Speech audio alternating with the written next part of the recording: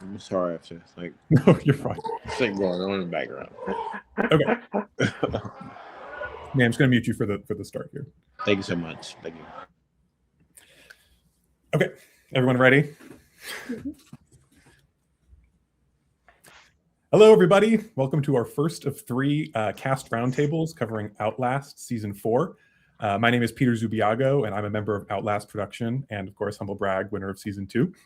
And I'm here today talking with Mannie, Eliana, Jenna, Hannah, and Rhiday.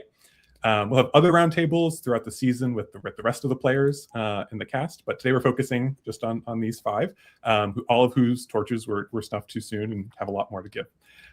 We'll talk through each elimination separately, going boot by boot. But first, I want to give all of our players here a chance to talk about their background with LRGs and why they were drawn to Outlast and what they hoped to achieve, joining Outlast. So, Mannie, we'll start with you. Thank you so much. Can you hear me? Can you guys hear me? Yep. Okay.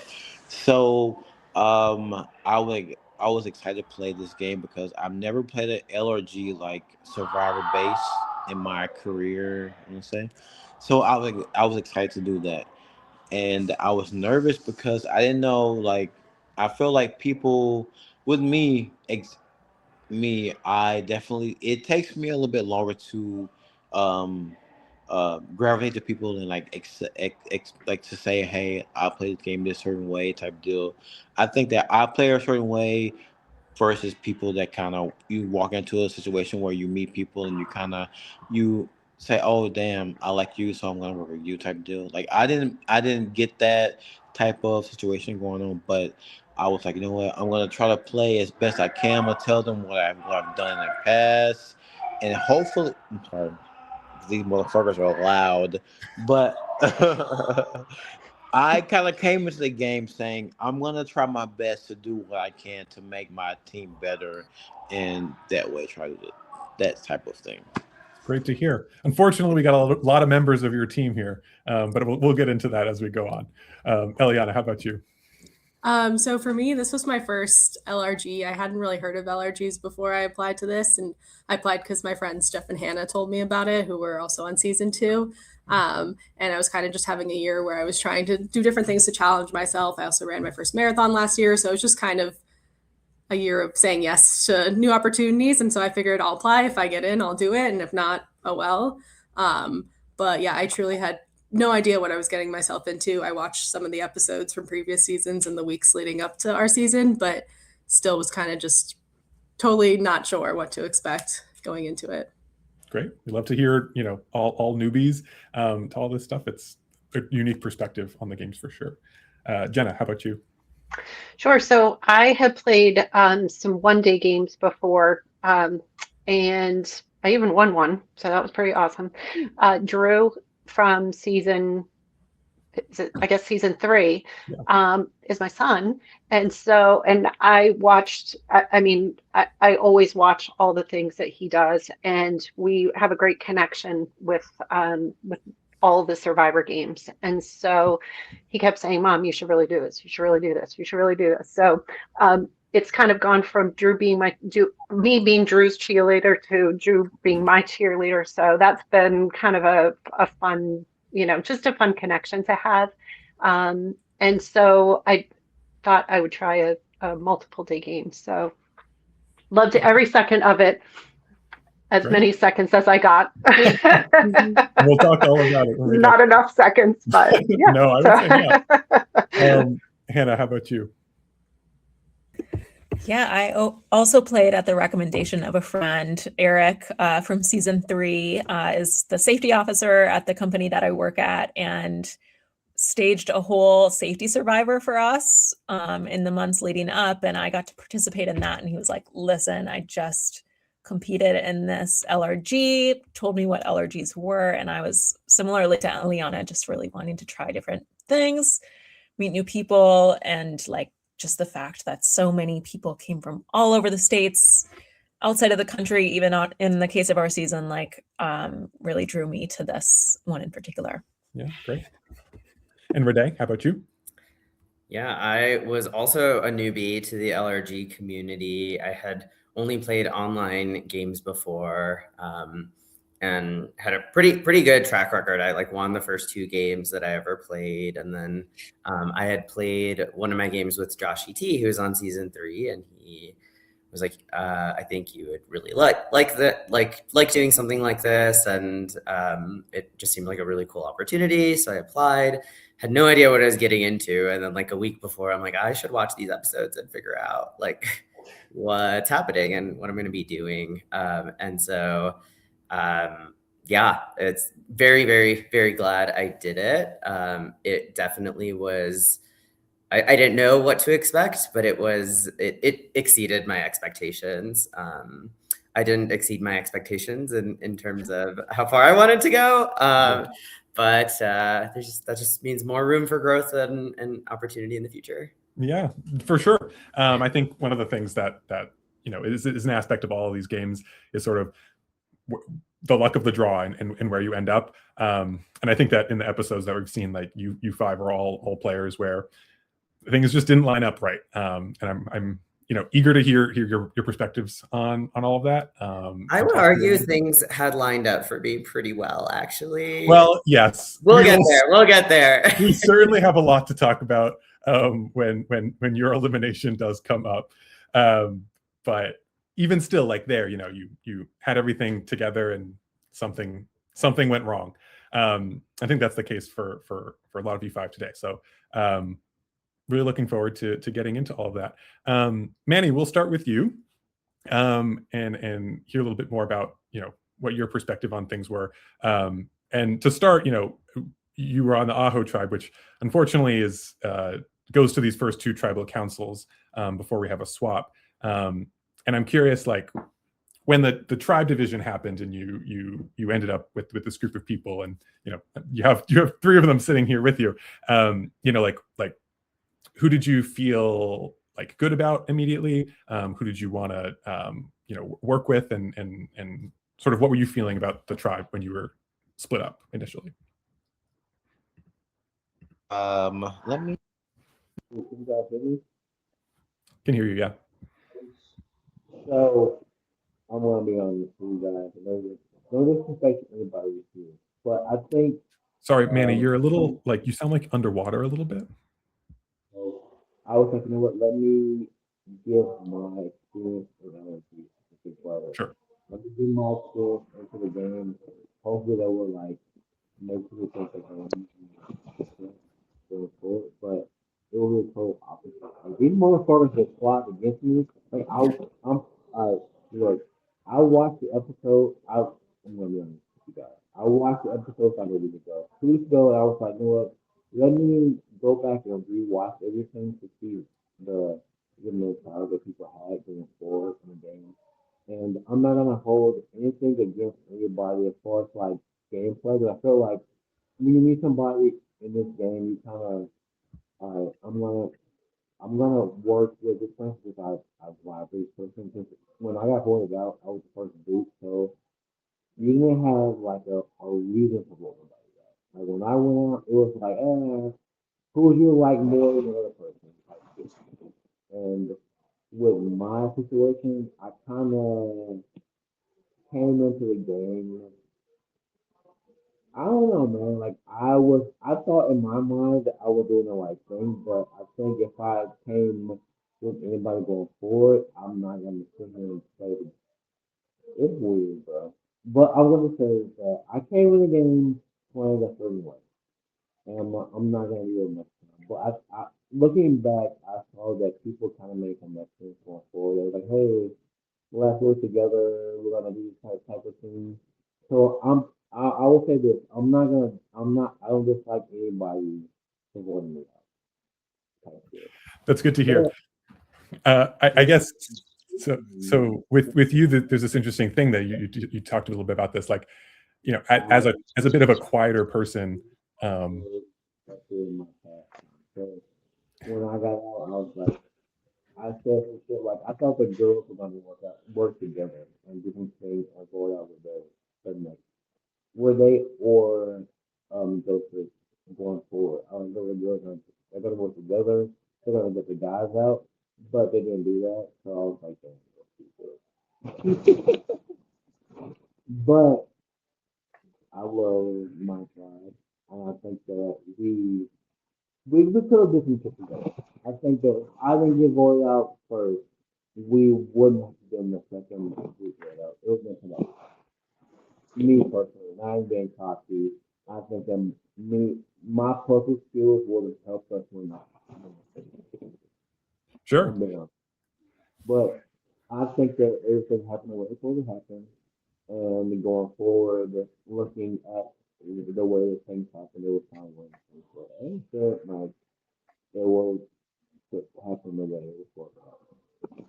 Yeah. So, you gotta get looking at it right now. I'm sorry if I'm like abandoning it or playing or wasting time. But I think that going forward, to whatever stuff happened after that. My crew made assumptions off of people they met off of our first encounter, and I think that if they would have been like, okay, let's talk to people and let's make a plan about how we're gonna go through the route. If we would actually have a plan about the first eviction, it would have been. Yeah, makes sense. So the name that you write down is ultimately Eliana, who we'll see goes next. And I'm curious, like, how did Eliana's name like boil up? And did you believe that was like really going to be the thing that happened at this first tribal council? I'm sorry. I'm reading my mic and I heard you. I heard half of the conversation you had right now. Sorry, yeah. So I was just saying, like, the name you ultimately end up writing down is for Eliana Yeah. at this tribal, and I'm curious, like, did you 100% believe that was going to happen? Did you know that your name, was out there? And if you did, like, what do you try to do to make it get off of you? Looking back, no. I just threw a name out there that people weren't saying to me. So the first person I told you was Liz, I think, and Liz didn't give me a name, but I honestly didn't think it was me because I felt like I held my own in the competition that mattered. We did a whole thing and we were playing competitions and we did the whole thing and we sat there and I think that if I would say about competition wise of who would stay and who would go. So when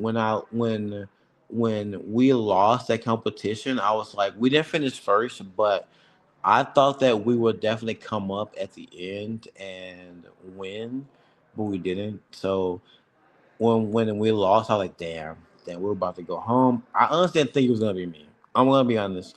I'm not gonna say I was like the person that was like the best in the competition, but I think when it mattered, I held my own.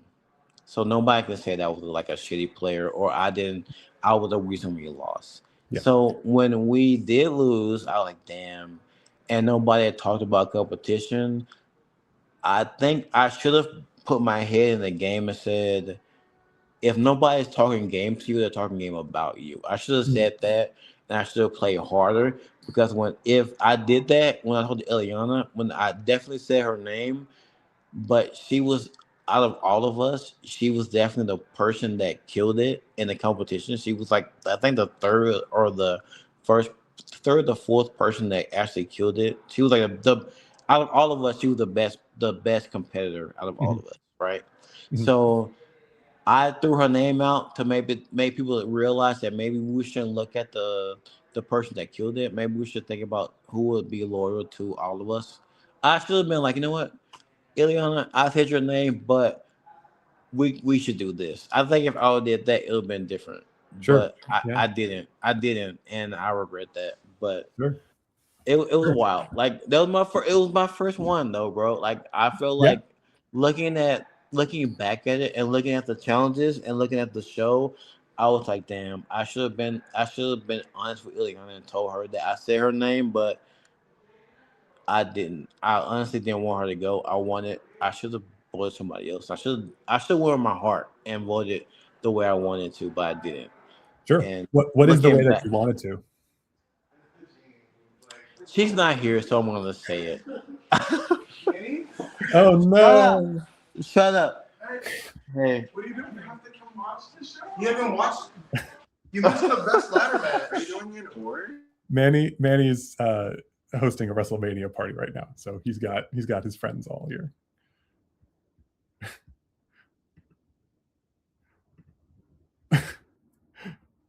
Look at them, looking at us. Yeah, Eliana and Hannah, I don't know if you guys have any insights here on this first round. Manny says, you didn't want to lose this first challenge. What was going through your head when this was happening? I assume you guys also didn't want to, have to vote someone out first, but how did you guys make that decision? I think, it was definitely a bummer to lose the first challenge. And Manny talking about how he was going to put my name down but wouldn't say anything. I think Hannah had told me that he was going to write my name down, but even if he hadn't, I knew he was going to because of the fact that he wouldn't give me a name no matter how much I kept trying to get him to pull one out of him. So I knew that was coming. But I think, if he had been like, hey, I've been saying your name, but let's do this other thing, I would have been open to that because I really wanted Hannah out the first vote. Sorry, Hannah. Because I was worried what would happen is that if we voted Mannie out, that Hannah would end up swapping for me in the next round, and then they would keep Hannah instead of me, and I'd get voted out. So I wanted to work with Mannie and get Hannah out. But I knew he was going to write my name down because he wouldn't tell me anyone. Sure. Yeah. I think it's really important, in these early rounds, Manny, you kind of touched on this too, to have someone that you immediately lock in with. And we see from this group, this is an edited show, and maybe there were conversations that the four of you had about this, but it does seem that Liz and Joseph, one of the things that was successful for them is having a sort of relationship where instantly they felt like they could click in with each other. So Manny, but it sounds like you're saying is that you wish that person for you had been Eliana in retrospect. Let me unmute you 1 second. There you go. Can you hear me now? Can you hear me? Okay. So looking back, right? So I think that Joseph was somebody that I never talked to. When we did that first logic puzzle and we were figuring the shit out, he was the last person that I thought about. And then we moved to the tribes and he was on my tribe. I was like, God damn, I'm going to get voted out. Because not even being funny, it's just the way that it worked out. Because the people that I talked to going forward in the game, it was... I'm trying to think who did I talk to. It was Rhiday was somebody that I felt like I was gonna be a lawyer to no matter what, but he voted me out. Fucking bitch. So Rhiday, it was Rhiday, and it was Ryan, Will, and Nick. What, three people? And Will. That there were people who I was like, you know what? I met them. I felt like I was cool with them enough to get me to see that I was an ally. I don't play a snake game. I thought that the conversations I had with my people in my tribe was enough to get me at least through the next round. But watching the episode, that I saw that they actually had relationship with other people, which I respect. I'm not gonna hold them. I think if I'm gonna be all right. I didn't watch the episode until maybe a week ago. So you emailed me and said, "Hey, we're gonna have a round table." I was like, "Damn, I gotta watch the episode." So I went back and watched the episodes. So watching back, I get it. I get why it was a little weird with the premiere we had in Boston. I get it now because I definitely didn't. I didn't hold a grudge against anybody. Literally, when I walked in there and I was talking to people, everybody, even the people that voted me out, I was definitely cool. I wasn't holding a grudge against anybody. Right. But when I was watching it, I was like, oh, Joseph definitely was looking at me like, damn, you really was cool with me? You're talking to me right now and you want to hold a grudge against me? And now I see why he said that, because he was definitely wanting me out of the game. But I was like, damn, bro, I'm here to have a good time. I want to meet some cool people. Literally, all the people on this Zoom call, I have good vibes. No matter what happened, I think that no matter even if I got off first, I think that we all had a good relationship in the game, right? I don't have any bad blood against nobody here on this call, right? I think that we all had a good time. And going forward, I think that I think playing the game, I'm gonna hold my own and actually be more assertive and telling people, hey, you know, I may have done this, but hey, I like you, so I think we should work together and we should do this and we should do that. I'm gonna hold my own. I'm gonna do my thing. I'm gonna make sure that everybody knows that I'm here to have a good time. Also, I'm here to play the game. So y'all know. I think that I'm glad. I'm glad that I had this experience with all of you because no matter what happens, no matter what anybody say, I know that I didn't sit here and be like, "Oh my God, these people drove me crazy." I I'm gonna hold my own. I'm gonna talk shit, but at the same time, I'm gonna sit here and say that everybody here on this call respected me, and nobody said anything to the point where I'm like, "Damn, maybe I shouldn't have done this, or maybe I should have done Right. that." Good, I glad had to a good hear it. time. I had a good time.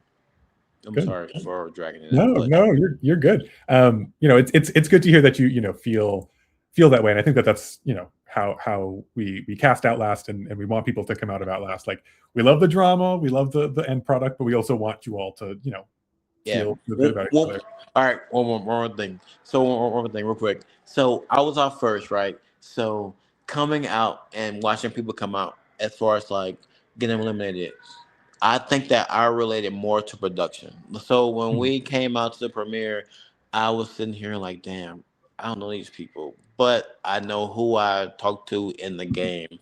Yeah. But looking at fucking Ryan, look at Bobby and Rachel, I sat here, I came out in the game playing more, and I talked to more of production. Like I talked to more of you guys on the outside watching the game and playing, like even sitting here doing the whole doing the comps before that y'all came out of the tribal, Mhm. and like just doing the comps ahead of time and watching people like stress about it. I was like, damn, like I did my thing. I Yeah. would have done my I felt like I would have held my own. Like it sucks to say that, but I think that if people would have sat here and like gave me a chance, we would have done more in the game Mhm. versus like the whoever the fuck you're talking about. Because Rhiday, fuck you. Rhiday was over here sitting here with Ryan over here salivating over Ryan talking about fucking anything Ryan did. Rhiday was like, oh my god, Ryan is over here doing this. I was like, shut up. Like Ryan's over here fucking about to vote you out, and you over here about to fucking do some bullshit. But it was good to sit here. I'm sorry, y'all. But I'm just saying, like watching it back, like and you guys, I think that I think Team Blue would have been awesome if we would have stuck together. I'm Yeah. sorry. No, it's all good. Yeah. I tend to agree. I really like this batch of these or early batch of players, and I think that there's a real sense that like you guys were truly like cut too soon. Let's move now on to you, Eliana, and sort of what happened in that next round. Do you have a sense of like how much Mannie writing your name down in that first one may or may not have changed the way that you came into the second round? If you thought it was like a sign of anything, if you felt that you had more work to do in this second round. Yeah. Anything? Yeah. I did not think it was a sign of anything, although if I play another LRG again, I will never be the scapegoat and have anyone write down my name if I can help it. Because I think the first round when I heard he was writing my name, I was like, I don't really care. Like, I know it's not going to be me anyway. I don't want my name being thrown around at all after what happened. But yeah, from my perspective, what happened for Manny's vote was I wanted Hannah out. I talked to Rhiday first. He was on board with that. I don't remember who I talked to second, but at one point when Mannie and Hannah were talking, me, Liz, Rhiday, and Joseph connected. And I think Joseph was like, I want Mannie out. And I was like, I don't want to push too hard. Like that works for me. And that's when the concept of like the core four was created. Because I know that that's something Rhiday mentioned in his confession for when he voted for me. And I feel like the edit made it seem like I kind of like made that up or had it in my head, but I don't even think that was like my name that I threw out. That I think Joseph was the one that came up with that idea. But we like had a little powwow where we created the score 4, and our plan was let's do Mannie this round, and if we lose again, we'll vote Hannah the next round. So I thought that was pretty locked in and set. So I also wasn't that nervous the second round because of that. And then after the challenge with Rhiday and the crossword puzzle, I would have been down to vote Rhiday out after that. Sorry, Rhiday. Just because it's like only the second vote. There's not that much to go off of. So I was like, okay, we can just use that as a reason to vote Rhiday out. And then when I started talking to people like Joseph and Liz, they were both like, I don't think we should vote him out based on challenge performance. Like, let's not do that. So I started to be like, okay, I guess we're not going to vote Rhiday out. And that's what I said to Rhiday, like, oh yeah, we shouldn't vote you out based on how you did. But in my head, I was like, this seems like the most obvious choice. We should just go with Rhiday. And then also another thing that happened before the first vote, that first night, Liz had come up to me and talked to me, and she was like, hey, like, I feel really good about you. I think that me and you should like be each other's core person and move forward together. Like, I think this could be like a really good secret alliance. So as far as I was aware, I was locked in with Liz, and like if my name came up, she was going to tell me. If her name came up, I was going to tell her. And I didn't realize she was having a close connection with Joseph too. And then Rhiday telling her about his extra vote also locked them in. So there was these other little things going on that I didn't know, but I thought her and I were really tight. And so if I was really at risk, she would have let me know. So I did know that my name was getting thrown around by Hannah for the second vote. And so once I found that out, I was really nervous. And I remember talking to Joseph, and he could like see the panic on my face, and like him reassuring me and being like, no, it's okay. Like, it's not going to be you. Like, it's all fine. And then I remember when we were walking to Tribal 2, he and Rhiday hadn't gotten to talk yet. So they were kind of like chatting and whispering between the two of them. And I was like, I don't know if this is a good sign, because why are they talking for so long? And like, I thought this was an easy vote, and we were just going to go with Hannah. So I was really nervous going into Tribal, and like knew that there was a chance. And as soon as I saw my name the second time, I knew that it was going to be me. But yeah, before we started talking, I thought that it was just going to be Hannah, and it was going to be an easy vote, or Rhiday, and if people decide to go based on the challenge performance. And so I was surprised to end up in the second boot. Yeah, it happens. It can just changes on a dime. I'm curious, this second round, like there were no advantages in the first round that seemed to have affected conversation at all. I'm curious if this second round things started to percolate. Rhiday, I don't exactly remember when you found your extra vote. I imagine it was around this time. But even like talk of idols and other things that might have been hidden at camp. Obviously, we know that Joseph had gotten the amulet from the captain's thing that they had done the previous night. But I'm curious if that was a conversation that was happening at camp at all this early in the game. I don't remember really talking to people about idols. I mean, I definitely was looking around every time we would go talk in the woods, or just in general, trying to search for one. I didn't know that Rhiday had found the extra vote, and so that something that was already hidden there had been found. And something that, this being my first LRG, that I didn't really think about is Joseph going on that adventure to get the supplies by himself. He obviously didn't tell us about the idol, and I believed him when he said like there was nothing else that happened there. And so that was kind of a dumb move looking back. Like, I should have realized he probably got an advantage, or there was something going on there that I didn't know about. But yeah, I mean, I was looking for idols, but couldn't find one. And if I had one, I would have played it at that Tribal. Sure. Yeah. I had actually found the idol within 10 or 15 minutes of getting to camp the first day. It was while we were waiting around for, I think, our supplies. Like, Joseph was gone, and we were like, what should we do? Like, let's collect sticks. And so we were all walking around, like, trying to collect sticks. And I genuinely was not looking for anything. I was just looking for sticks. And I bent down to pick up a stick, and the scroll looked like a stick, and it was actually a scroll. So I panicked, because I'm literally holding this scroll, and I'm like, oh my God, someone's clearly looking at me right now, and they know I have it. And I just like bent down, put it into my sock, and then didn't get to read it for like hours until hours later when I went to go do my confessional. But I was not looking. I was not expecting to find anything. I got lucky. Sure. Yeah. I mean, that's the way that advantages typically go. Obviously, like, you can go out to look for them, and it is generally, I would say, a good strategy for people if you want an advantage to go look for one. But they're hard to find. It can happen just completely randomly. So everyone, always keep your eyes out. You never know when something's going to be hidden. Eliana, also, I'm curious with you. Mannie talked a little bit about the people that he had talked to on the first day. I'm curious, for you and your experience on that first day, like, who were you hoping to be on a tribe with, and who were you hoping to, connect with again at some point later in the game? I think, well, based on the Aho tribe, I had talked to Mannie and Hannah the least of anyone during the first day. So I was a little worried about being on a tribe with them because I felt like I didn't really know them at all, which is also why I was fine putting Hannah's name down first, because I didn't really know her. And like afterwards during production, I got to know her, and I think we could have had a lot of fun playing together, but at that time I didn't know her. But I'm trying to remember who I talked to. I really like Jenna. It would have been nice to play with her. I did talk Jenna to might Joseph. agree with that. Definitely. We got to play on the sidelines. Yeah. I think I did talk to Joseph a bit the first day, so I was happy to have him on my tribe. And Liz I liked because we were wearing matching outfits coincidentally. So that was like an immediate connection there. But yeah, I don't remember too much of who I talked to on the first day, but I definitely was nervous about my tribe when I first saw it, and thought I'd maybe connected better with people on other tribes. And Sure.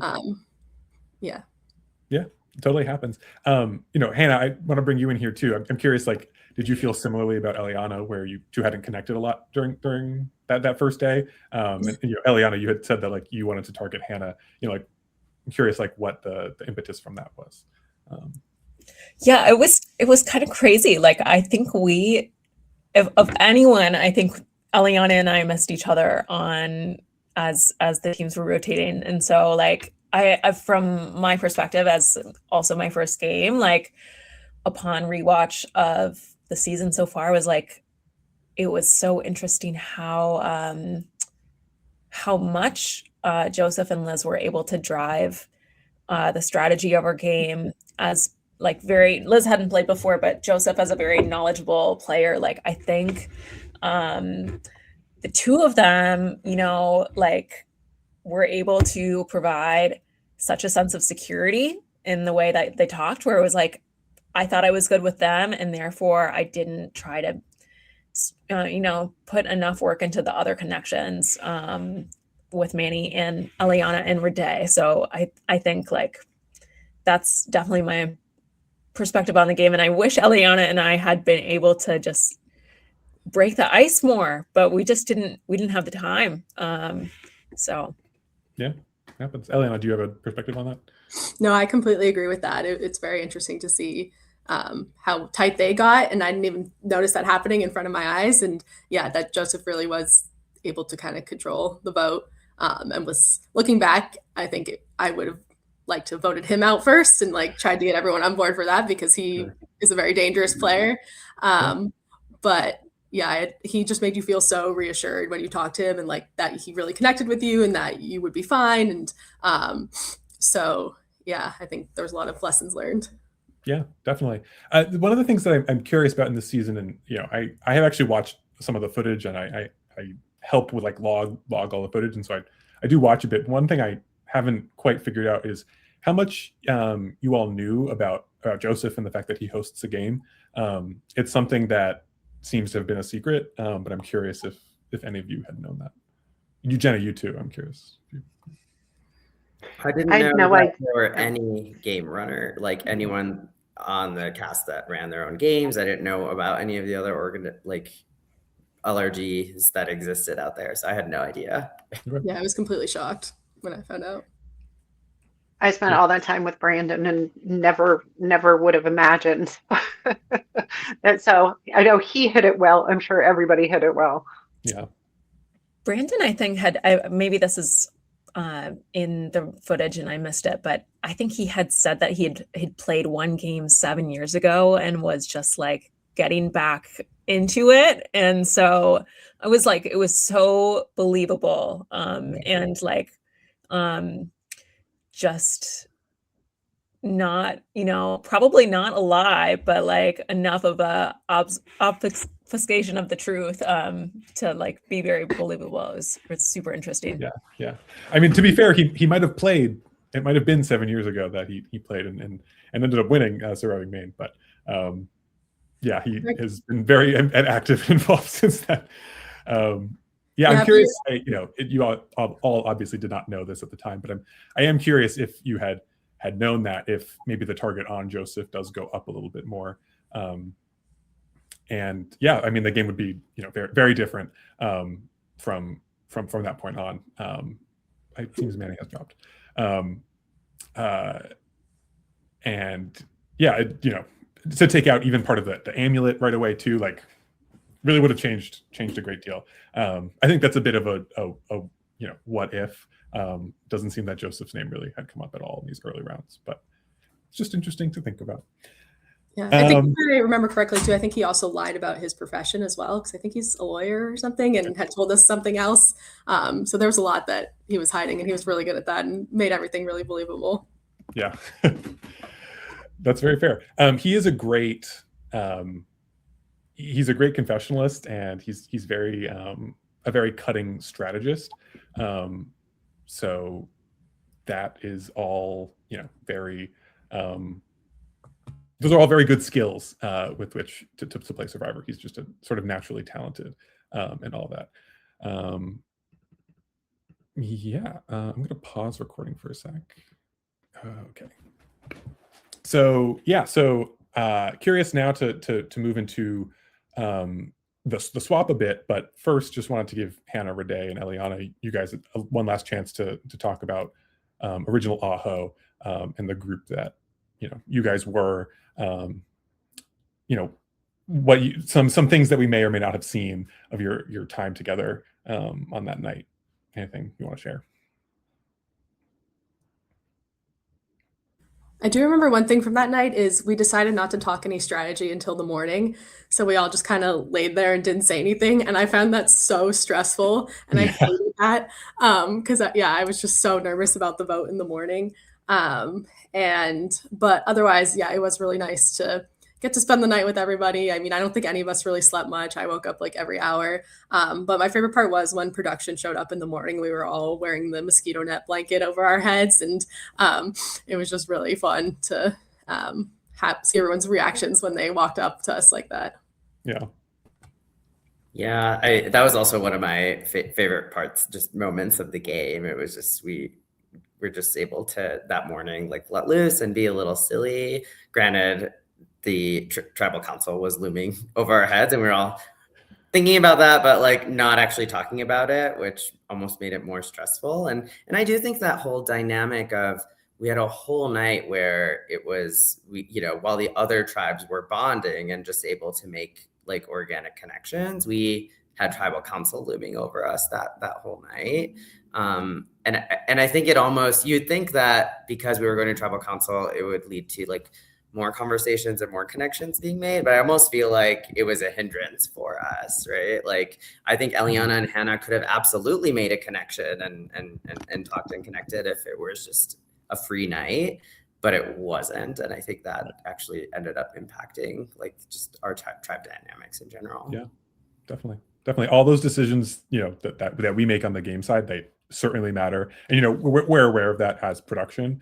But I do feel, fans of the show, fans of that watch these games and CBS Survivor, like there are some things that make it really hard in which to have the relationships and have the conversations that you need to, just sort of structurally. And we do that sort of by choice. And certainly the first day was a chance for you all to meet everyone and get a chance to talk, but it doesn't mean that you get a chance to say everything that you need to say to everyone.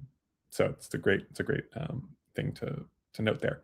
I'm curious, we kind of see this a little bit in this original Aho tribe, but one thing that I think is kind of funny this season, and Jenna, it certainly plays into what happens at the tribal council where you are eliminated. There seems to be like a big culture of one-on-one conversations, and this definitely seems maybe not to have started on your tribe, but there's definitely a lot of one-on-one conversations here in Aho, and there were very few, at least, captured by the crew that are larger groups than that.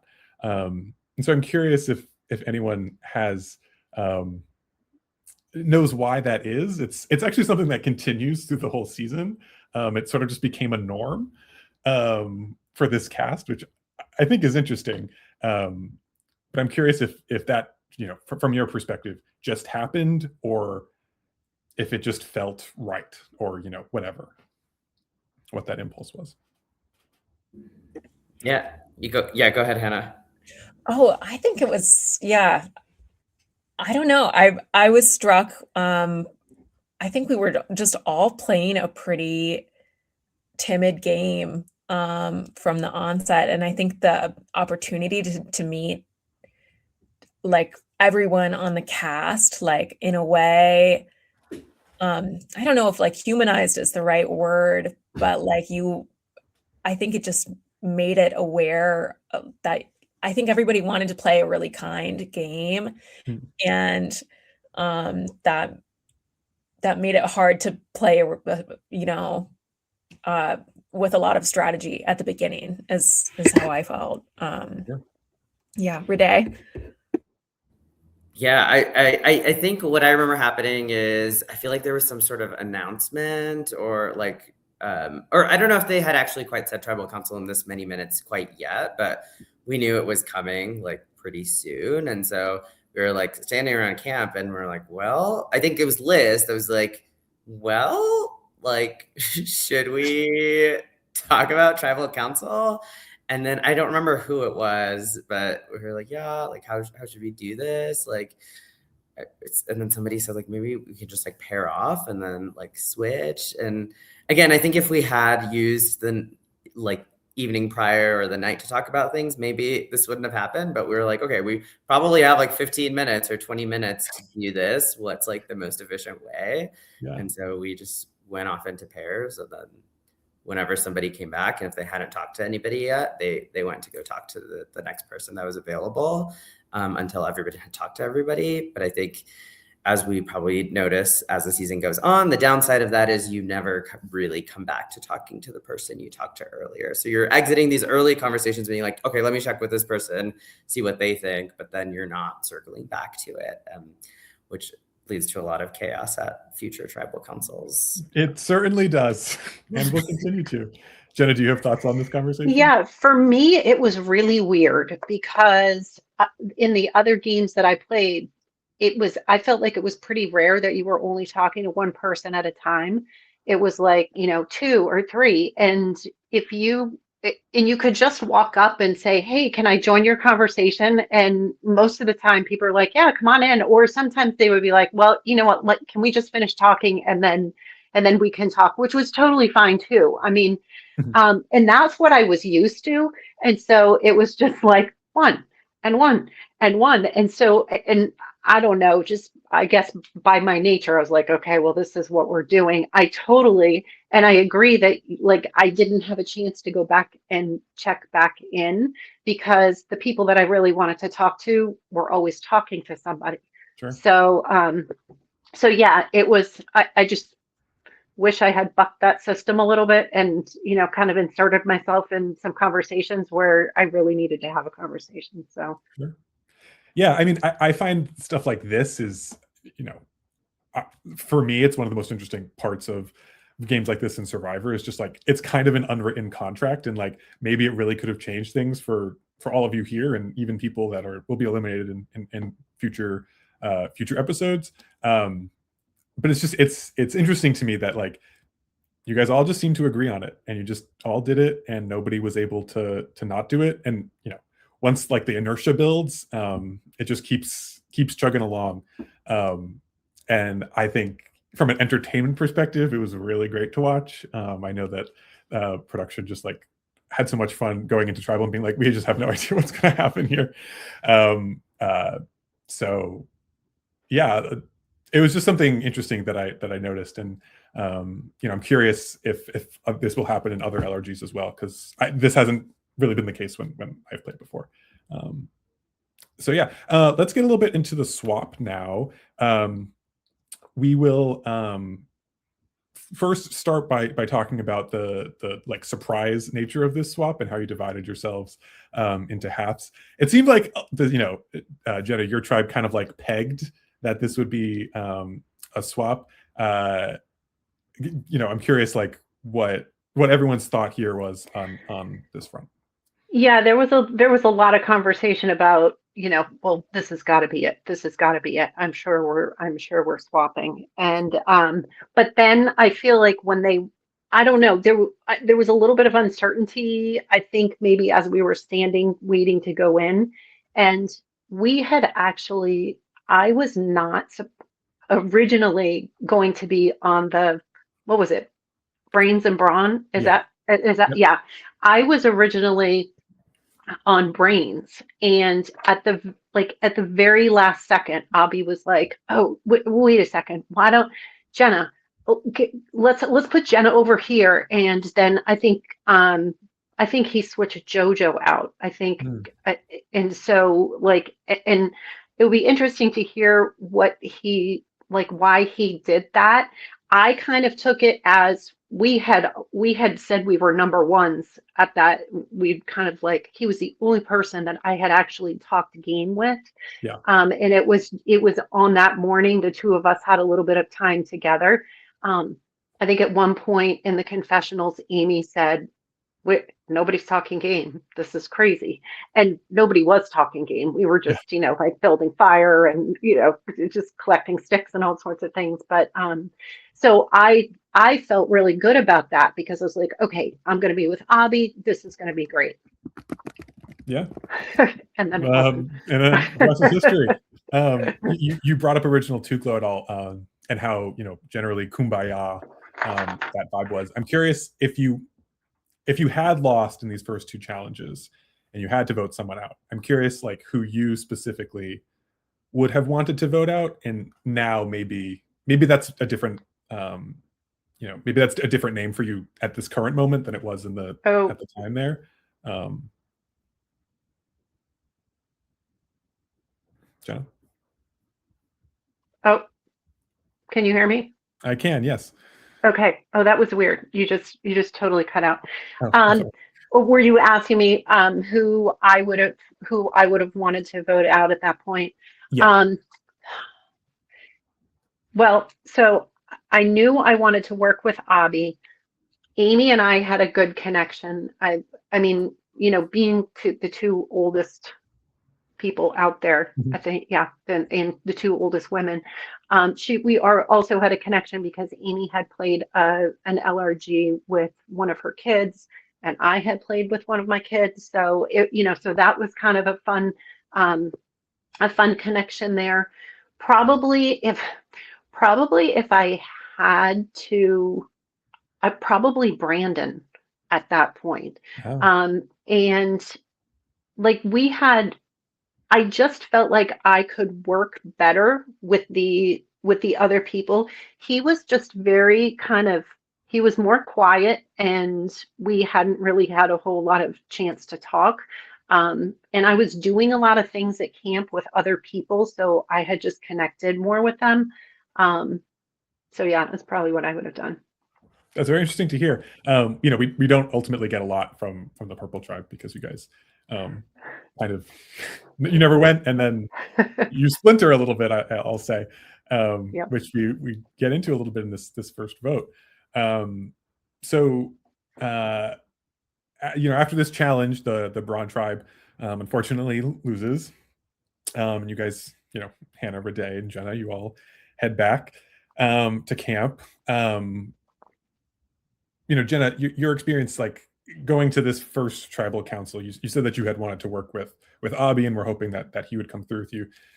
When this round started, who were you sizing up as a target? What were you trying to do on this tribe? Did you want to get some purple members out? Did you want to get green? Was it just maybe we should take out Yeah. Hannah today?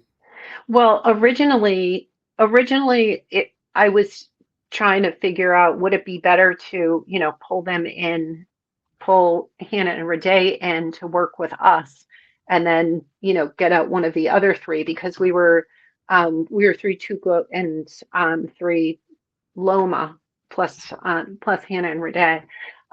But so as we were walking back to where we were going to, talk, there was a big conversation happening behind me, and it was Abby and let me see, it was Abby and Ashley, and then I think it was the 3 Lomas.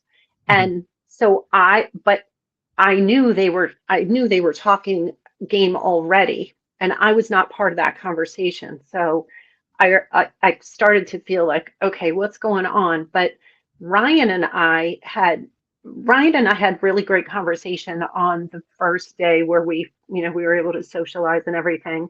And I stood and talked to Abby and Ryan for a very long time.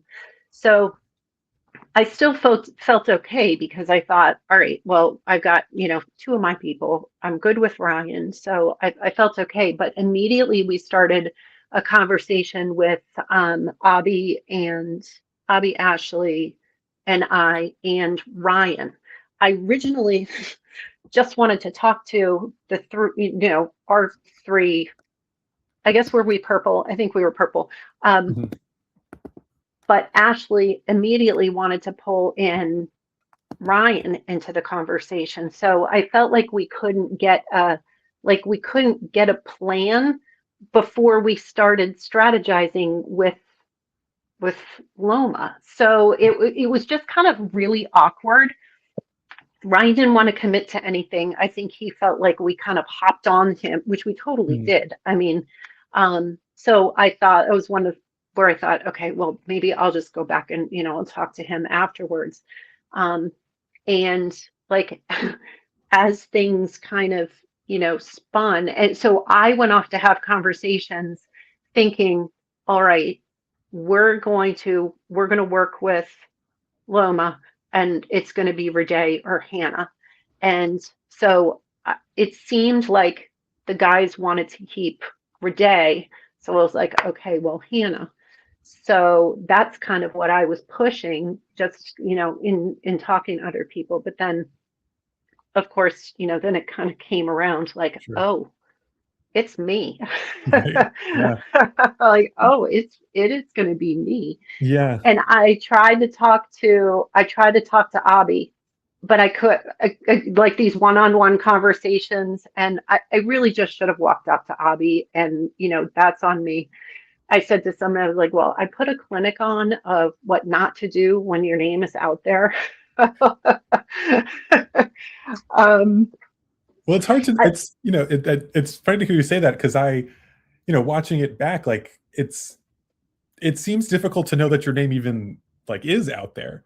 They come up with this plan to, vote out a purple, but then they're kind of like not really clear on, exactly why it's going to be you. And, Ashley talks about losing 1 to gain 2. And I guess I assumed then from that she's closer with Abby than she is with you. But it's this interesting dynamic where, like, you end up, it seems, just from my perspective, having watched the episode, like, you end up as a casualty where nobody really felt strongly about, like, the side that they were coming down on.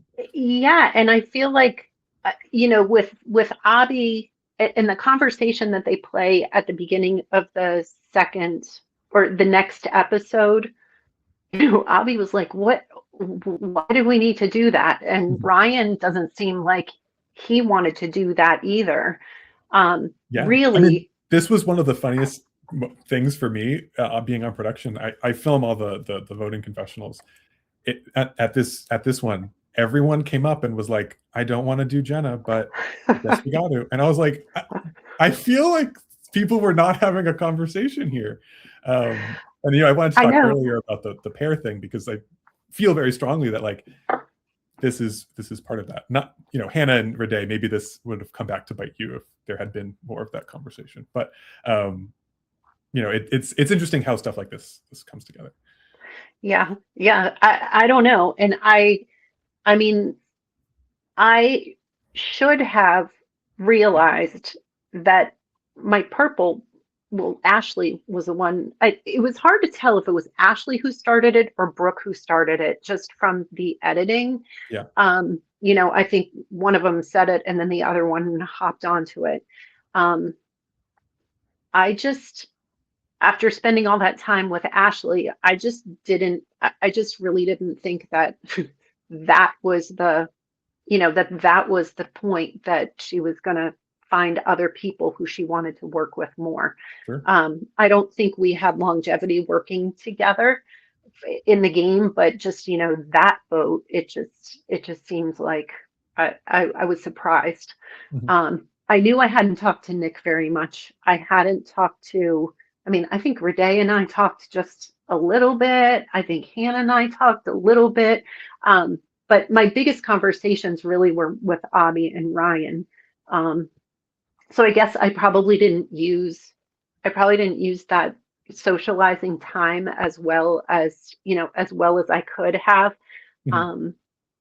But I think, and I think Mannie kind of mentioned something about, I think sometimes for me, it's hard to just come up and strike like a random conversation, especially with, especially some of the things that people were talking about. I'd be like, I have nothing to add to this like I have absolutely nothing. So, you stand there and you shake your head and, and then kind of move along. So, so I think part of that is, kind of what came back to bite me in the end too. So Sure. Yeah. Yeah. I guess so. On the very first day, I'm curious, like what connections you had, you came into your original tribe with, and who you were interested in working with, and then in this swap, did you end up with any of them? When you say connections, just people that I liked and Yeah. and wanted to work with. Yeah. Yeah. So so I recognized Abby from playing another game, and on the first day he walked in and I was like, Hmm. I think I know him. Like, we didn't play together, but so that just, I feel like in a game, sometimes just that little connection is really helpful at the beginning. Um, Ryan, and it's crazy because in most of the games that I've played, for some reason, I tend to work with guys. I don't know why. It ends up to be that way a lot. Like I said, Amy, um, although she had a terrible night's sleep on the first night, and when she woke up, I wanted to pull her aside and just say, like, okay, like, you just really need to chill. You need to, you need to get it together, because she had a terrible night's sleep, and I feel like it was affecting her, just the way she was interacting with people. And so I wanted to work with her, but then I thought, okay, I don't want to get lumped into people being irritated because, just because of how she was kind of having a hard time with her night. It just seems like it was a whole lot worse than anybody else's night. I don't know if I slept at all. I heard the tarp rustle every single time somebody moved. Very common. But I'm trying to think. And I think, like, even you asking that makes me think, oh, wow, like, I need to do a better job if I play again of really just making a lot more general connections instead of a couple of really deep connections, if that makes sense. Yeah, I mean, what I would say is that there's a time and a place for everything. Sometimes one approach will work and sometimes another will work. So, it's good to come away from games and, like, I think, always think about what you could do differently and maybe better. Sure. But any lessons that anyone here, even listening, will have learned, like, I do feel a little bit like due diligence here to just be like, just because it was a rule that someone learned doesn't mean that it's the rule that you have to learn. No, absolutely, because in a previous game, we were in the same situation where it was 3-3 and I was one of the two, and the 3 and the 3 stuck together, and I was the one who went. So I was like, well, I don't know. Sure. So I was kind of like, so like to your point, I was trying to think, okay, well, the last time this happened, so like let's move this way through this, and it didn't end up working. So Yeah. Hannah and Rhiday, I'm curious what your perspectives on this this very first tribal were, and coming into this new tribe. You both seem to want to still work together and know that you're a little bit on the back foot. But I'm curious, like, how Jenna's name was pitched to you as a plan, and if you knew that they were planning on getting the two of you next. Yeah, I think one of the things that so I definitely wanted to keep working with Hannah. Like, there was no way.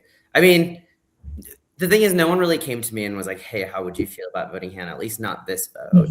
And so I knew our names were out there for sure, but I guess I wasn't quite sure. And actually, I was pretty sure that they were probably being seriously considered, but also the fact that, and granted, they didn't need Hannah's vote or my vote to, if the 6 of them had come together and just voted one of us out, they didn't have to tell the other one. But I mean, it was clear that like the 6 non-original Aho players were like thinking about like which of them like would we be able to work more with, like Hannah or I think those thoughts and conversations started with this vote. Then obviously there were the other conversations happening about Jenna and just like other internal conversations. My thought process in all of this was I didn't feel like I had any very solid relationships with like the 6 non-Aho people on this tribe. All of the other people I had made early connections with were on the other tribe. Like Liz and Will and I had kind of had conversations on day one, and we all felt really good about each other. And like down the road, I had anticipated that there was potential for us to work together. Jojo, like, and I had like bonded over our love of dubstep, and like he since shared with me like, oh, I wanted to like, you were like the person I wanted to work with most, like in the, so there was definitely if basically I had been swapped onto the other tribe, and like that's just luck of the draw, right? I feel like I would have had a lot of people outside of original Aho that I could have worked with, but I knew I did not have this way to change anybody's mind on this side. So what I was trying to do was trying to make one strong in the event that Hannah and I didn't get voted out, like one strong connection on original Tuklo and one strong connection on original Loma, which I very quickly identified that as Abby and Ryan. And it helps that they came to me too and like talked to me and were like, hey, and like Abby asked me, he's like, how do you feel about Ryan? And Ryan asked me like, how do you feel about Abby? So then I was like, okay, they're also trying to feel each other out. And I'm wondering if they're like wanting to like bring me into this. And I was like, that sounds great. I hadn't like talked to either of them very much. And so I'm like, okay, like if we get past this vote and then, Hannah and I are still in the game, and then there's Abby, there's Ryan, they're going to start like turning on each other at some point. Like I at least have started to make those connections. And so I was like, okay, I'm going to do whatever I can and say whatever I can to try to keep Hannah and I safe, which honestly for me was like, literally tell me anybody's name and I'll write it down as long as it's not Hannah or myself. Or I said something like I would really prefer not to vote for Hannah. So if there's any other names at all. And unfortunately that name ended up being Jenna, which I will say didn't come up until like very close to actually going to tribal council. I don't know if Hannah had a similar experience with that. Yeah, I've been trying to remember who first talked. I think I might have been the first to talk to Ashley, and that might be where I heard Jenna's name first.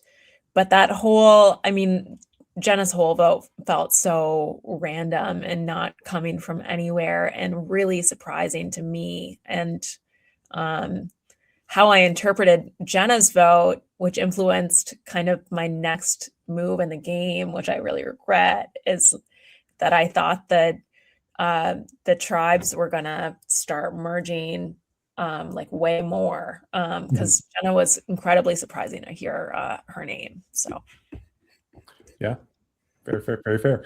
So then, after this strategy session, we end up going to tribal. And so the way the production works, typically we hear some dribbles from the people that are recording. We're like, it'll be this one or this one, but whatever. We don't necessarily know everything. And this one comes, and we're like, we have no idea. no one has heard anything. And we sit down, and Allison starts doing tribal council. She's very good at, and starts asking questions. And then people start whispering, and we were like, are we about to get a live tribal on our third vote of the game? And we did. And I'm curious, Jenna, from your perspective, what this felt like, because you, at this point, you seem like you knew a little bit that your name was out there. So like, what do you feel like you have to do at tribal council to change people's minds? At tribal council, I was trying to circle back to people. I sat right next to Abby because I sprinted up through the line of people to try to get to Abby, so that I could have a quick conversation with him. And he was not giving me very much information. And so Allison asked me a question. I have no idea what it was. I have no idea what I said because I was trying to listen to what was happening, the conversation that was happening behind me. And it was, really for me, it was a last ditch effort to try to figure out. And what did it for me, because I talked to Abby, I talked to Ashley, I talked to Ryan, and like when Ryan got up and went and whispered to Hannah, I was like, okay, well, that's it. And Abby told me sitting there, he was like, I forced it out of him, but he did. He was like, it's you. I'm so sorry. And so when I went up to the table to vote, I was like, I knew it was me. Right. So, and that vote for Brooke was just, it was a nothing vote. I feel like I should have, well, not should have. I could have been a little more vindictive with my vote, but, but I chose not to. That's very fair. I guess I'm curious, why was Brooke the name that ultimately came to mind? You said you could have been more vindictive, which maybe you could have. Yeah, because actually I felt like I kind of floated her name out and knew that it was not, nobody was going to vote Brooke. And at that point, I felt like she was in a really, really good spot, because it seemed like everybody wanted to work with Brooke and nobody was willing to entertain anything. And I also figured like she was probably one of the people who started putting my name out there, just because we had probably the least, we definitely had the least connection of all of the people.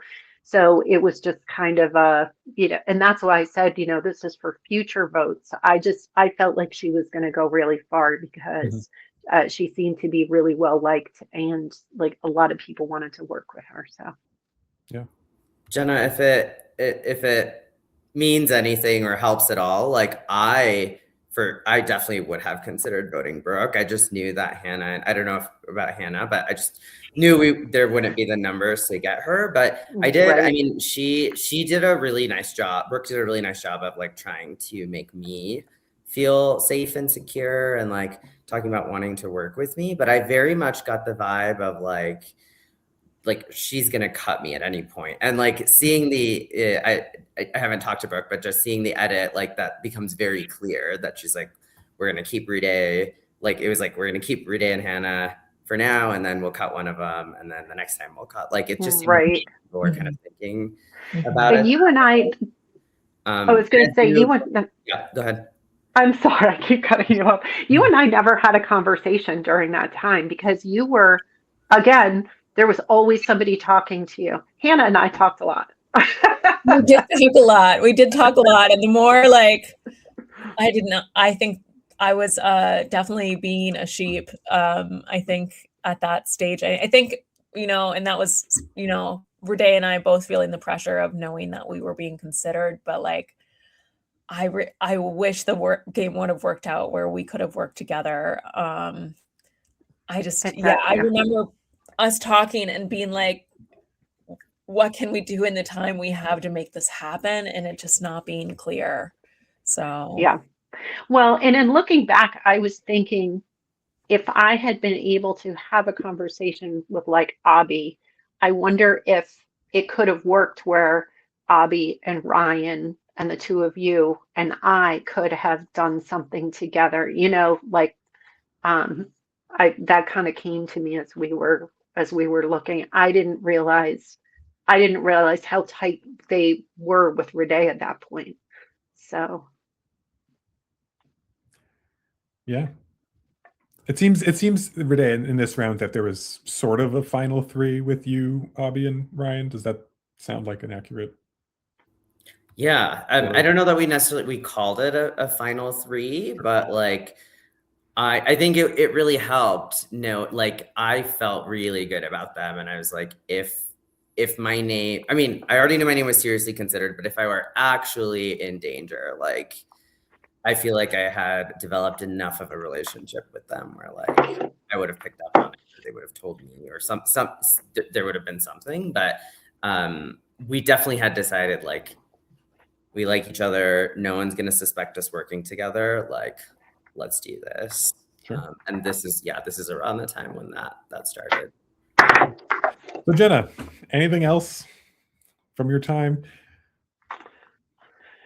no, I had the best time, and I was so sad when it was over. Like, I feel like you build these games up in your head so much. At least I did.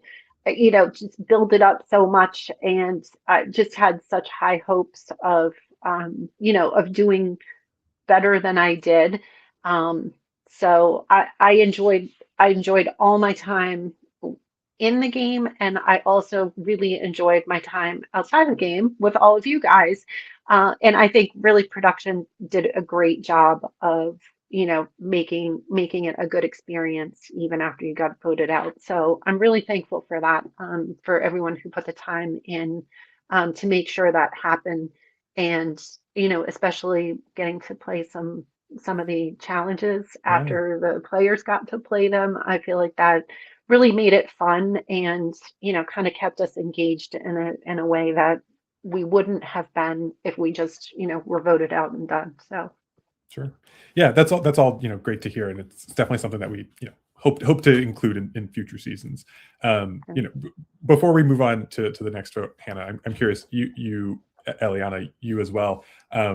This group, this five, you all stuck around for the whole weekend, and I'm curious, Leo, if you have any perspective on like what you were thinking was going on in the game at this point, and what you were seeing just from the outside, having been part of it, but now sort of as a spectator.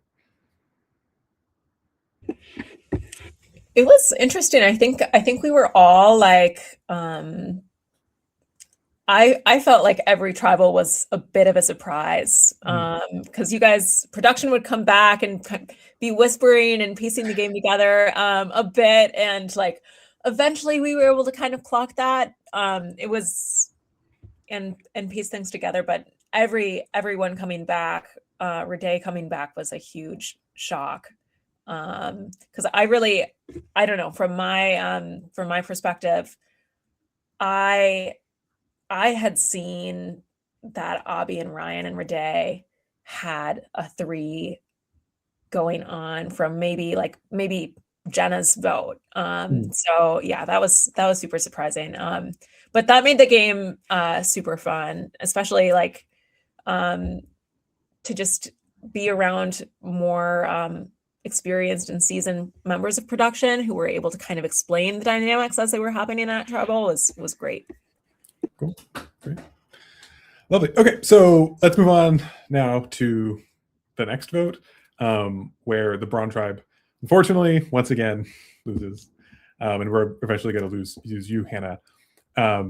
Going into this round, you seem to have come into it and learned pretty quickly that it's going to be a you or Rhiday sort of vote.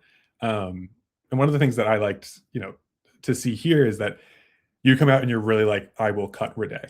I think of you as a very nice person. I don't think of you as like a snake or a cutthroat person, but you really, your back was against the wall, and I think you read correctly that it was like you have to prove that you're really willing to do that, and you really were. And so I'm curious, how you knew to make that decision and you decided to go that way.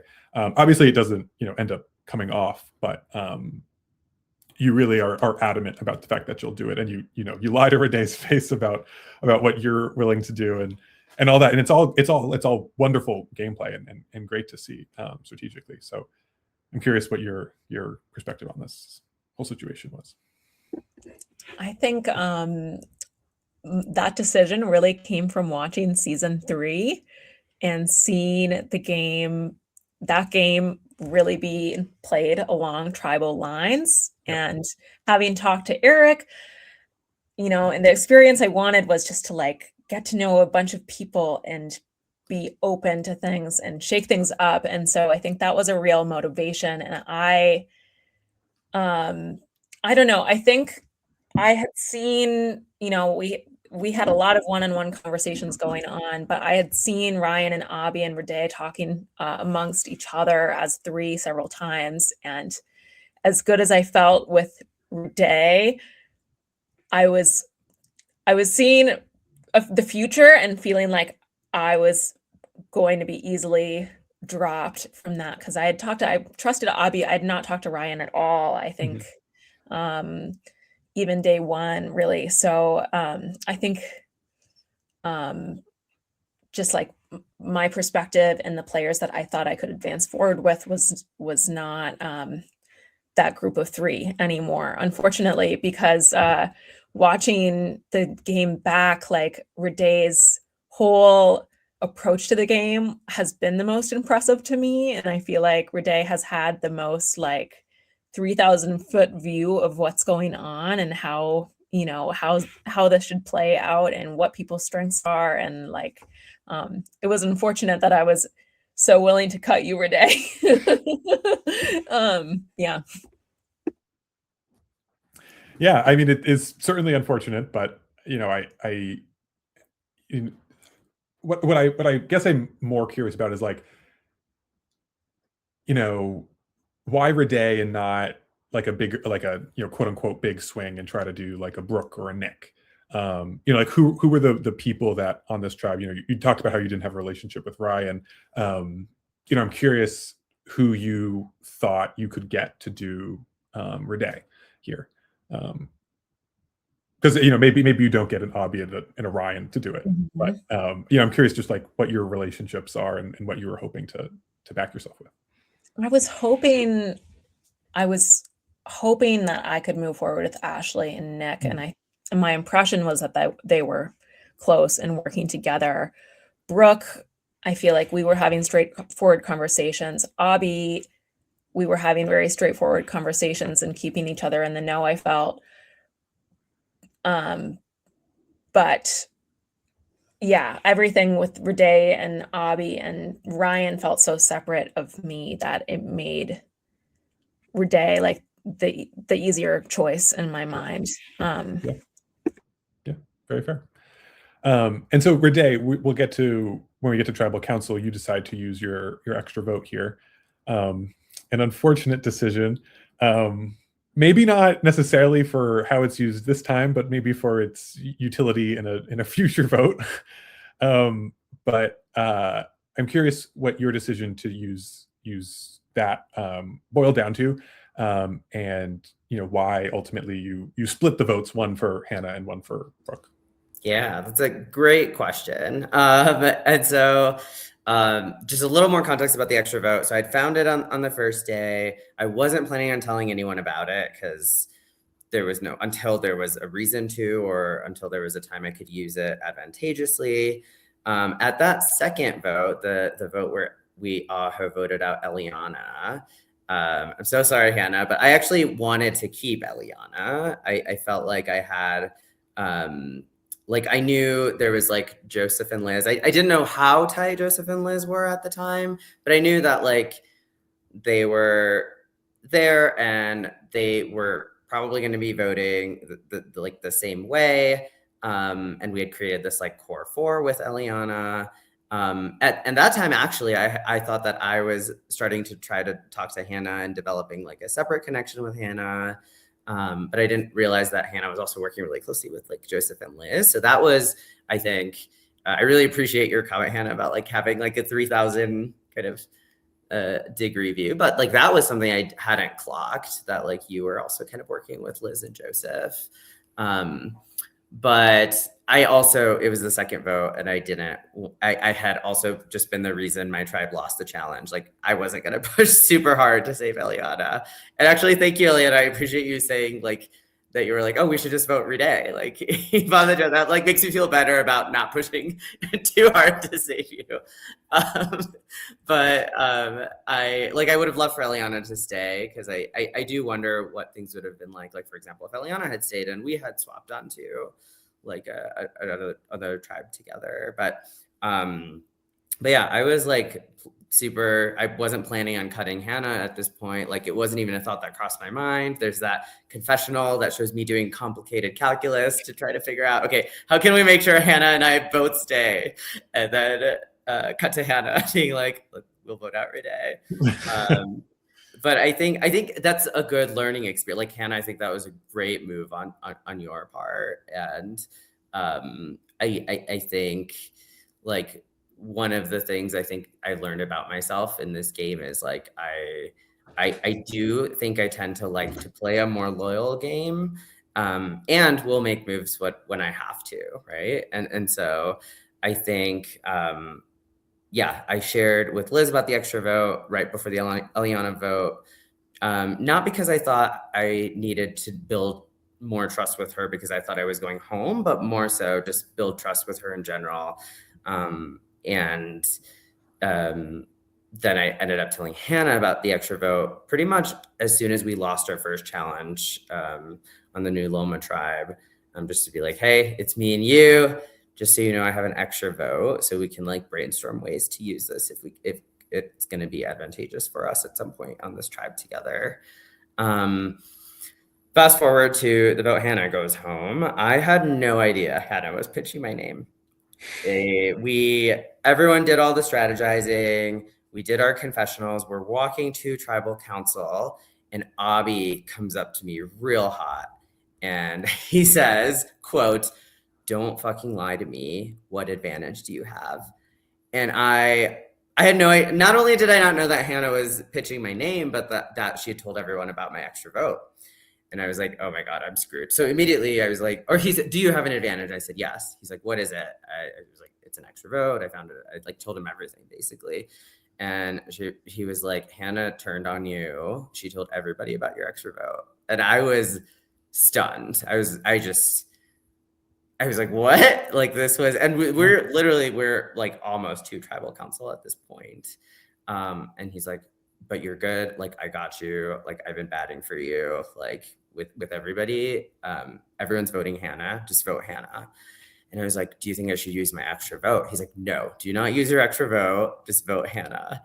And I was like, okay.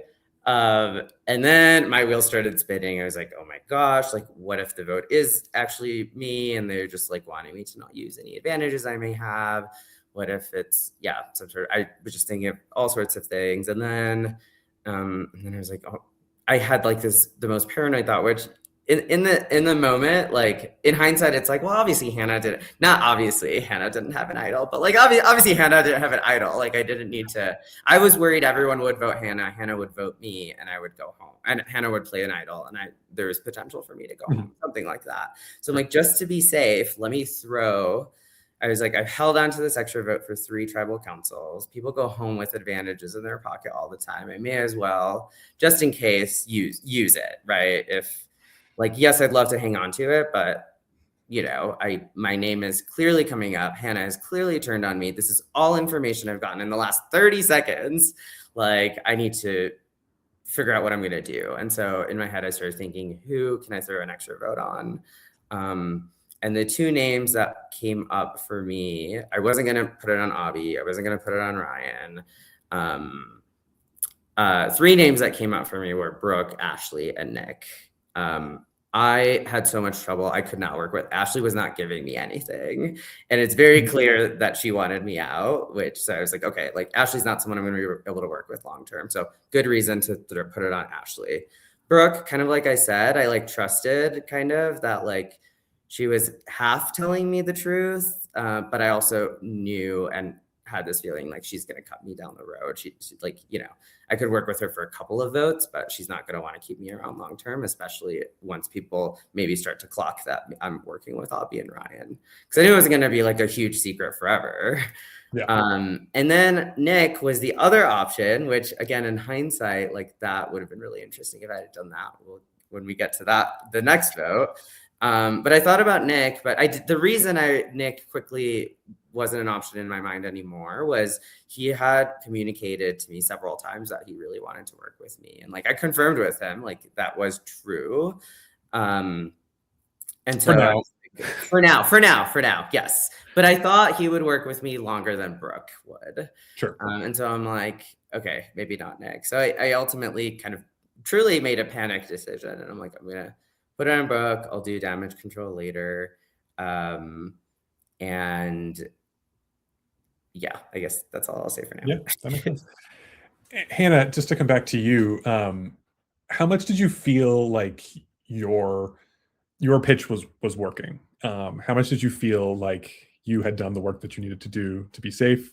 And how blindsided were you by the outcome here? And that might include there being an extra vote on Brooke here too. I felt so safe. Yeah. Shockingly safe. I think on the way to tribal council, Nick was like, we're good 100%. Don't worry about it. And I really I think through this whole game, I struggled not to take anything not at face value. So yeah, I was very surprised. But yeah, I think it says a lot about Rhyday's game and strategy and being able to, be decisive and pick two people from the green and purple tribe to have go to bat for you was great. So yeah. Cool. Anything else you'd like to add before we move on here? No, it was a great experience and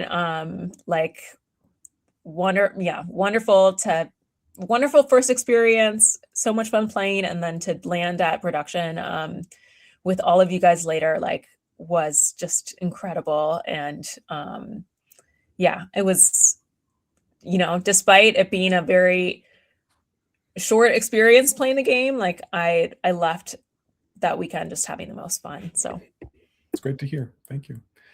And so we come to our last elimination covered in this roundtable, Rhiday. There's a lot to discuss here from a lot of perspectives. But first, I think let's start, with the beginning of this round. We do another swap, and it's completely luck based. What were your perspectives on this new swap? Which, and it was completely random how we divided these bags, I must say.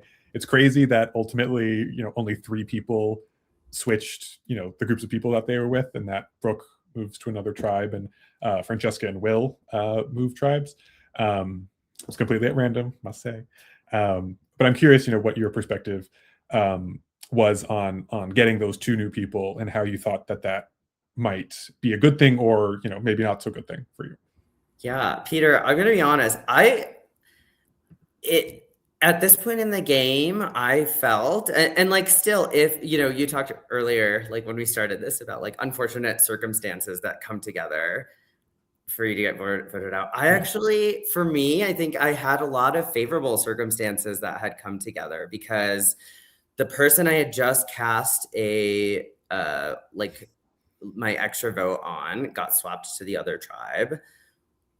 Will, who's someone I had been wanting to work with since the first time I made eye contact with him while we were like trying to like sign whatever waivers and whatever, like had finally swapped onto a tribe with, and we'd had conversations that first day about like wanting to work together and things like that. Had like swapped onto here. I had like Will and Abby, or not Will and Abby, Ryan and Abby that had like just gone to bat for me. And granted, Abby was pretty angry with me. He was like, "Why did you use it though?" And hindsight is 2020. I was like, yeah, I messed up. Like that was a bad move. But we do that, and then we got the rock draw. I think we drew rocks or drew something to determine numbers to determine where we would fall in the challenge. And like we crushed, I think it was Francesca and Ryan that did the first part of the challenge, and then me and Nick that did the second part. And we had a solid, Nick and I crushed that portion together, and we had a solid lead. And I was like, so excited because I'm like, I'm about to win my first challenge at Outlast. I was like, let's go. And then we lose. Yeah. And I'm crushed. And I was like, okay, like time to get to work. I was like, this, and I will say of all of the tribals, this one, I said this in my confessional too. I was like, this is the first one I actually feel pretty confident about. I knew it was going to be the first tribal, probably, not that I knew exactly that the other tribals weren't going to have split votes, but like I knew this one was going to have split votes for sure. But I really thought like I would be on the right side of the numbers, which I was. Like it was 4 people, a block of 4 people that voted together, a block of 3 people that worked together. But a few different things. I forgot what it was that made Francesca think I was a chaotic player. Oh, then there's a whole, like, I had a conversation with Nick where Will's name was pitched. And yes, this is what I was going to ask about, because this seems to have started everything. And I want to get clarity here. Like who pitched Will's name? I will clarify. From my perspective, it was Nick that I heard Will's name from. There have been lots of conversations, I think, in our group chat and like amongst people, I think, where I don't know how true this is. In the future, all the people involved in this vote aren't here, so I'm sure it'll maybe come up in the next roundtable. But I think we landed on that Ryan had thrown out Will's name first. Okay. But I didn't know that. I just knew that Nick asked me if I'd be down to write Will. And I did not want to write Will. There was no way I was going to write Will. And I didn't think there was any chance Will was going to write me. I knew he and Francesca were probably like working together. They're on the same tribe together. I did not know at that time that they were so close, which actually the fact that Will ends up working with me and like turns on Francesca for this vote is like, I don't know. I'm quite proud of myself actually that he does that. But there was no way I was going to vote for Will. So I immediately, my next conversation after Nick was to go to Will and be like, "Don't freak out." But Nick just pitched your name and asked if I would write your name. I'm not going to do that. But who should we vote for? Essentially, is what I said. And so that's how that conversation went from my perspective. Then there was this like really bizarre, again, I think I mentioned in the past, like I could never quite really get anything from Ashley. It was really hard for me to work with her, but I had talked to her and I forgot whose name she told me. Like, I think I for whatever reason, I remember lumping Nick and Ashley together as like, I was like, oh, I think they're considering voting Will. That seems weird, but but like I didn't get much from Ashley and I didn't get much from Francesca either, but Nick and Ashley had told me, that's what that conversation, Nick and Ashley had told me like Francesca would be on board to vote Will too. And I was like, this just seems really bizarre and weird. And I don't know if I believe any of this. So on the walk to tribal council, I hadn't talked much strategy with Francesca, but I'm like, hey, all I said was, I heard that we might be voting like together, like voting similarly. And she's like, what? Where did you hear that? And so that's when I knew. I was like, okay, they're not going to vote for Will. They're voting for me. And that's when until then, actually, I didn't even consider that, like, they were truly considering voting for me. Because in my head, I'm also like, I'm like by myself here. Like, I literally will work with anybody right now. I mean, I know I had stronger connections with like Abby, Ryan, and like kind of Will at this point. But like, I'm like, it's so stupid. Why would you vote me out when you can use me as a number? But I wasn't stressed because I'm like, I trust Abby, I trust Ryan, I trust Will. I don't care if I get votes on me. It's going to be 4-3. And then when, it was 4-3. It was 4-3, but it was actually 4-4. Well, yes. So not to butt in a little bit. I guess I'm curious, like how Nick becomes, the name that you're gonna go against. Obviously, like, Nick is, to your mind, the one that had thrown out Will's name here. But why does like your target shift to him and not to an Ashley or to a Francesca, even if you also thought that she was going to vote for? Yeah, that's actually exactly why. Because in my brain, Nick was targeting. Nick had not only like not told me about, Nick had this whole time was like, I really want to work with you. I like you. And so not only had he not told me about, like, Abby really was the only one that had told me about like Hannah, Abby and Ryan, I think, the previous vote. I was like, well, Nick didn't even talk to me about that, or he might have asked me like, how would you feel about voting Hannah? But I never got any like confirmation from him. Sure. So, and then he's targeting Will, who I'm like planning on trying to make a really close connection with. And I was like, well, if you were on the same tribe as him, and if you had any sort of connection, like, you're not very loyal if you're throwing out like an ally's name. And so I during tribal council, we were kind of like whispering, and I was like telling, like, I was like, right Nick, and to Will, Abby, and Ryan specifically, and they did. So. Yeah, well, let's move to. I'm sure they had other reasons for writing Nick, like Will and Francesca were really close, but So let's move to tribal. We get our second live tribal of the season. We're not even 6 votes into the season yet, and we've got two of the more chaotic votes that Outlast has ever seen before.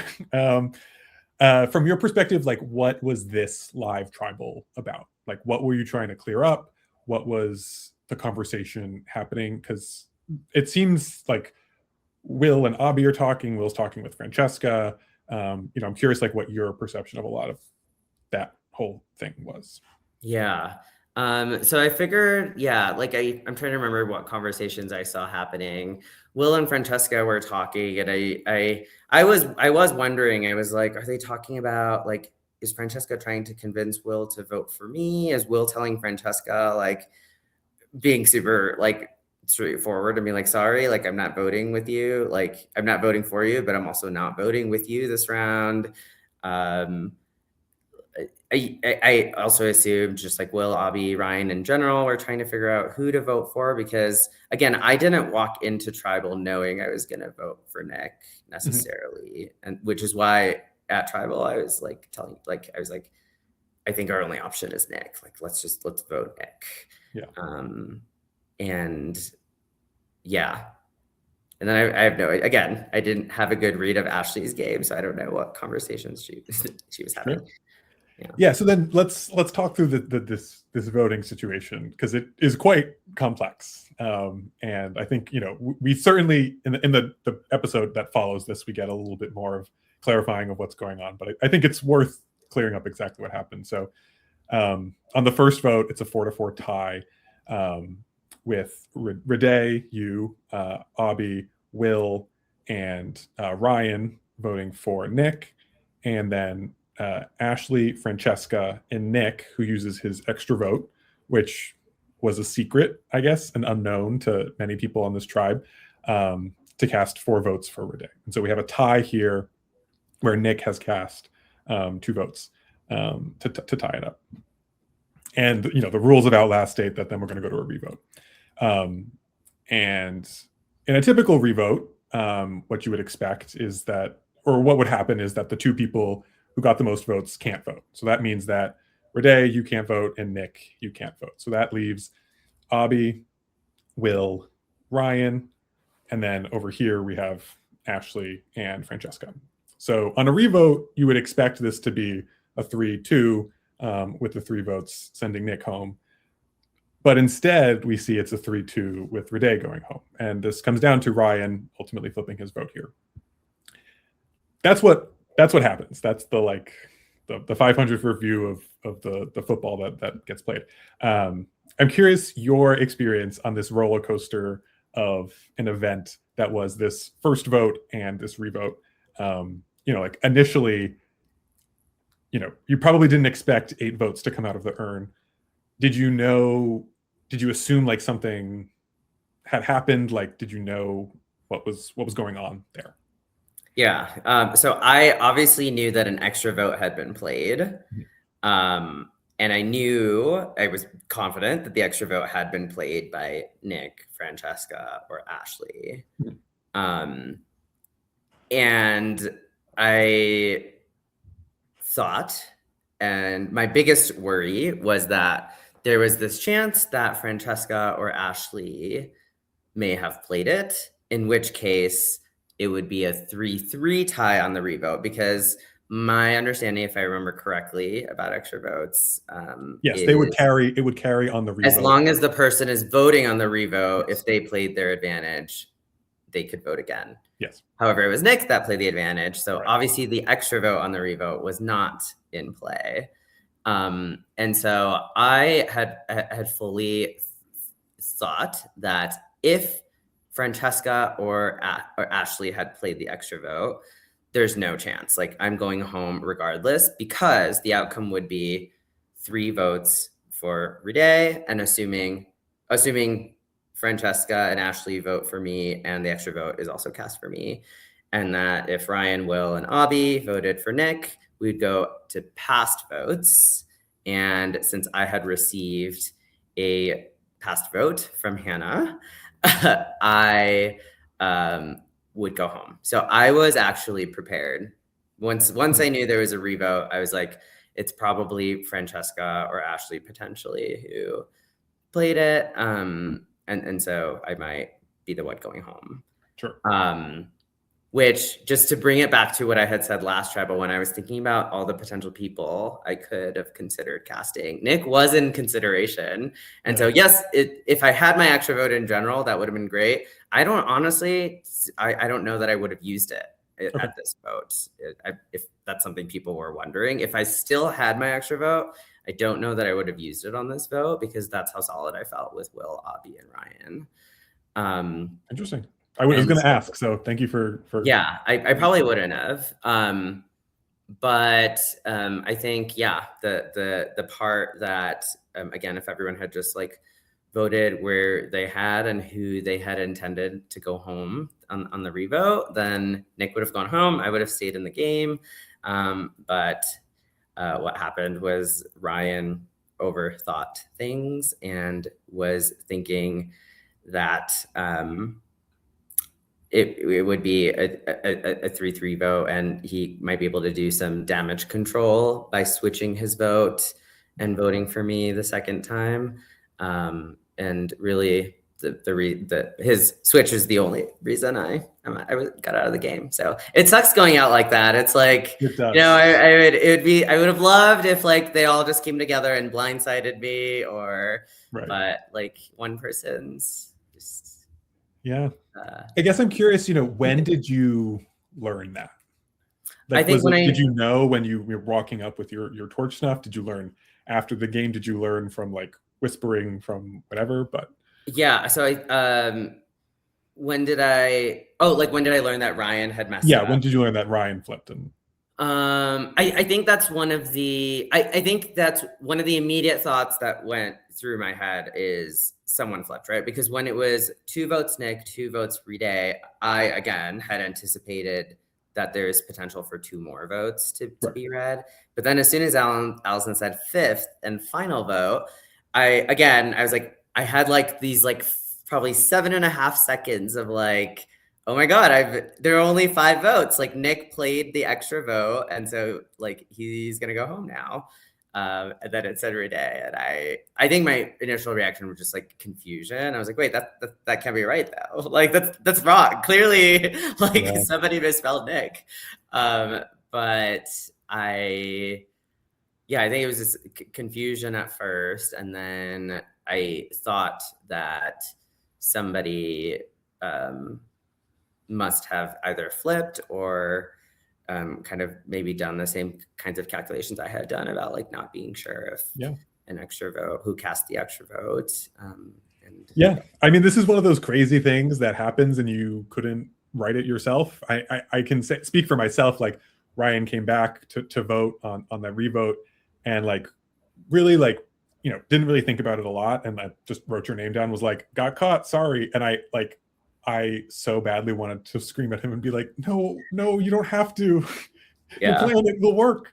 You know, I don't think that he, you know, made a completely wrong judgment. He didn't know who had the extra vote, and it makes sense. Like, you want to just be in the majority.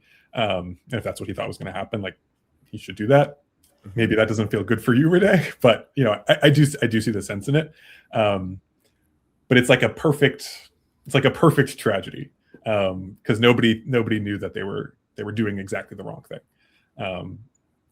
So certainly an interesting, exciting vote to have witnessed and to have been a part of, and one that I think does, you know, not to spoil things for the future, but I think does have ripple effects in how the group of players that come out of this tribal feel about each other, and move about the rest of the game.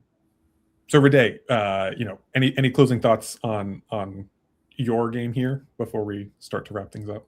Yeah, I think I got to play a lot of, even though I was only not in the game for a very long time, I got to play a lot of game in a short amount of time, and you know, got to play an advantage, albeit incorrectly. I got to, you know, go to a bunch of tribal councils. I think I got to like maneuver like social dynamics in a way where there were multiple rounds where I like wasn't in the best position, but I tried to make the most of what I could do. And I think I'm really proud of like, how I kind of navigated that. Would have loved to win a challenge at some point. So that's something I have to look forward to next time I play an LRG, hopefully. And then just, it's also been great just like watching the episodes and hearing everyone's strategies and what everyone was thinking. It's both nice to hear and also like, it's a double-edged sword to hear, you know, multiple people like after the fact saying like, oh yeah, if you had just like made it past that vote, like there were people on the other tribe who like, oh, Rhyday's probably in like a really bad position. Like once we like merge, like we want to bring him in for the numbers, or like, you know, people like, you know, Abby in hindsight, like, yes, we were working together, but like, I didn't know where on his hierarchy I fell, but he was like, yeah, like Rhiday was my, like number 2. I think like Ryan was the closest for him at that point. And, you know, like it would have been great to see how dynamics with Will played out. And, you know, Jojo, who I hadn't worked with at all in the game, was like, yeah, you were the person I wanted to work most with. So just like knowing Liz was someone I was excited to reconnect with. So it does feel like if I had just made it past this vote, I feel like there was just the opportunities for me were about to go from like one thing I could possibly do each time to like, I'll get my pick up the litter of like who I want to work with. But didn't quite pan out that way. And that's okay, because I still had a wonderful time. That's great to hear. I mean, I said it once before, and I'll say it again. You know, this group of players largely just on the wrong side of fate. I think that you all did a lot right. You know, there's definitely stuff that maybe you'll nitpick and say like, oh, I should have done this differently. But I think you all played really hard, and were all really valuable contributions to Outlast season 4, which is shaping up to be a really wonderful season. Before we wrap up, I just want to give you all a chance to share one thing that we did not get to see about your game or about your experience that you would like to share with everyone. Eliana, we'll start with you, and then we'll go to Jenna and Hannah and then Rhiday. I think I just wanted to say how much of a great experience it was, even though I got voted out second and my game ended too soon or sooner than I would have liked. That it was just blew my expectations out of the water. It was just so much fun meeting everyone. It definitely threw me for a loop the first day that we weren't immediately put into tribes. And I think that also might have also changed the dynamics on Aho if we had more opportunity to get to know each other that first day and work together instead of meeting everybody. But it was also really cool to see how it made the game play out and how we all had our own connections with people on different tribes. But overall, it was just the best experience. And I'm so glad I had the opportunity to be a part of it. And I can't wait to see what the next season is like. Great. Thank you. Jenna? So the second morning, I actually made fire all by myself. So that was like, that was really awesome. That was like, I know. The other thing, with the flint, yeah. Definitely, I had a nice little fire when people came back. A bunch of them went to the bathroom, so that was pretty cool. The other thing, that sandbags over the head challenge. There was no footage of like my side of the circle until the very end, right before I dropped. But I was the last woman standing on that one, and I was. Eliana, I was like, oh, I hope she drops because she really stuck it out there for a long time. But so I mean, for me, the challenges I feel like are my favorite part of the game, and so I was glad I got to play a whole bunch of them and have a couple of highlights. So, great, Hannah. Yeah, I feel like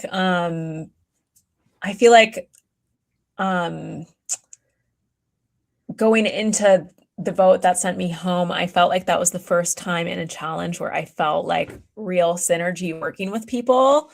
And I think had that been like, I don't know, like, I think that definitely influenced, I don't know, that challenge really influenced like how I felt going into the vote that sent me home. So yeah, that's something that I would have liked to see more of. But yeah, just to reiterate, it's been a great experience and so fun to watch and, like Rhiday said, see people's strategy more clearly.